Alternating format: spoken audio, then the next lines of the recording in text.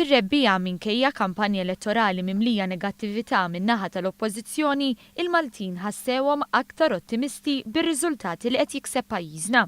Statistika turi kif 86% tal-Maltin qalu li l-ekonomija ta' Malta sejra tajjeb, 5% iżjed minn dak li kienu jiġbu fil-ħarifa li għaddiet. Dan jikkuntrasta bil-kbir mal-medja Ewropea ta' 46%. Mistoqsija kif jevalwaw il-qagħda finanzjarja fid-dar tagħhom, 87% tal-Maltin qalu li jitajba u meta mistoqsija dwar ix-xogħol kienu 62% li qalu li s-sitwazzjoni jitajba. Riżultati li wkoll huma ogħla mill-medja Ewropej.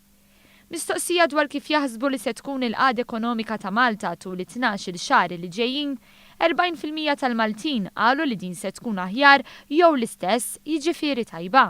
4% biss qalu li ħażin filwaqt li oħrajn wieġbu li ma jafux.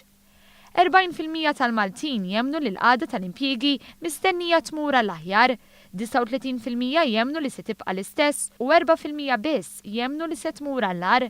Il-Maltin imbagħad huma inqas ottimisti fuq is-sitwazzjoni ekonomika tal-Unjoni Ewropea b'dawn ir-riżultati jinżlu bin-nofs.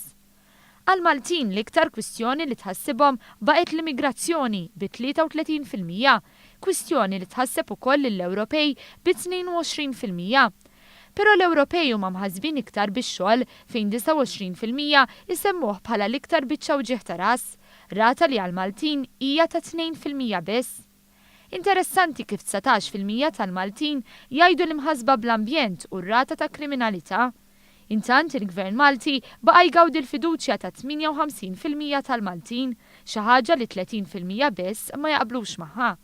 B'hekk il-fiduċja tal-Gvern Malti iferm aktar minn dik irreġistrata minn istituzzjonijiet oħra u l-Unjoni Ewropea fost oħrajn.